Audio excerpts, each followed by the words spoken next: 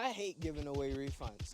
And it's not because I love money, but it's because if I'm giving you a refund, that means that I messed up. There was something in the pipeline that I did wrong that caused me to give you your bread back. And unfortunately, last week, there was an incident where I had to give somebody a refund before I even did the work with them.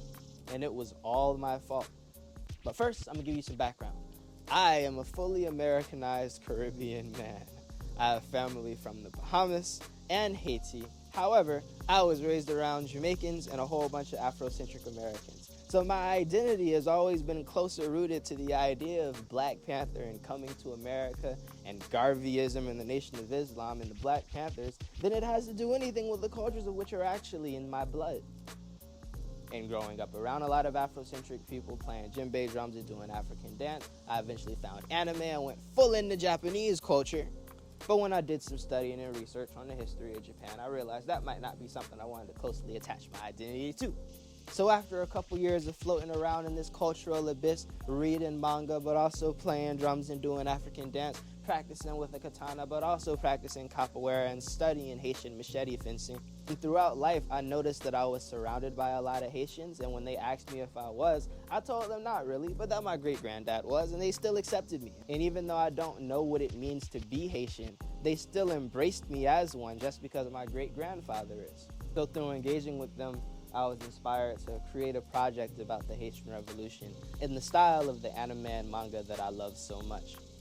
So I had to do a lot of research about history and culture and talk to a lot of people to get their perspectives to learn what the best ways were to tell this kind of story. It took 4 years of learning about history and culture and reading about different historical figures and having all these conversations with these people until I had finished my project and I started promoting it and talking to people about it on the internet. The reason it took 4 years isn't because writing is hard for me, it's because learning how to tell a Haitian story without having a Haitian experience is really difficult.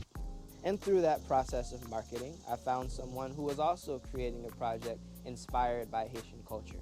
So we decided to join forces. And the person whose project this was wanted me to do some work with them, and they were going to pay me. And so they sent me their project, and I read it. And as I was reading it, I realized that there were some cultural things in there that I couldn't attach my name to, that I couldn't attach my brand to. And so because I didn't feel good about attaching my brand to this project, I wasn't just going to take this person's money. And unfortunately, before joining forces, I did not take the time to actually check out this person's story. So I'm reading the project and I realized that all the research I had done to make sure I could accurately present something to the people that's inspired by this Haitian history and culture would be completely overshadowed if I was tied to this project that I myself did not create. As I was reading the project, I realized that it didn't culturally align with the brand that I wanted to create, so I decided to just cut the tie and refund him his bread and wished him the best as an individual. There's a huge distinction between relationships as an entity, as a brand, and relationships as a person. Personally, there's a lot of cool people that don't align with my brand, and that's okay. However, because they don't align with my brand, I can't show them to my audience. I can't present them to the community that I've grown, because they will be destroyed. And if I care about them as an individual, I'm not going to put them in a position to be destroyed by a community that I myself have cultivated. And I think it's important anytime you're considering a partnership or a relationship that you think of how that relationship could affect the community you've already created and how that conflict could affect you as an entity. I've created this community, hopefully, that's rooted in generational wealth and generating passive income and group economics. And if I take them something that doesn't align with those values, we end up with conflict.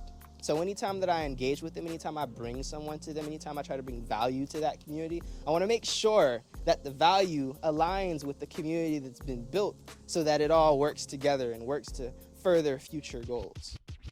And if you're an artist, no matter how much you need the money, if your brand can be hurt by making a partnership with someone else's entities, it's imperative that you learn as much as humanly possible about that person and their brand and their project so that when you work together, both of your communities benefit from your existing. The best relationships that two entities can have is where they balance each other out for a common goal, where the person that you're working with does things that you don't, that you need, as opposed to just being a copy of yourself. You want to have a complement of yourself.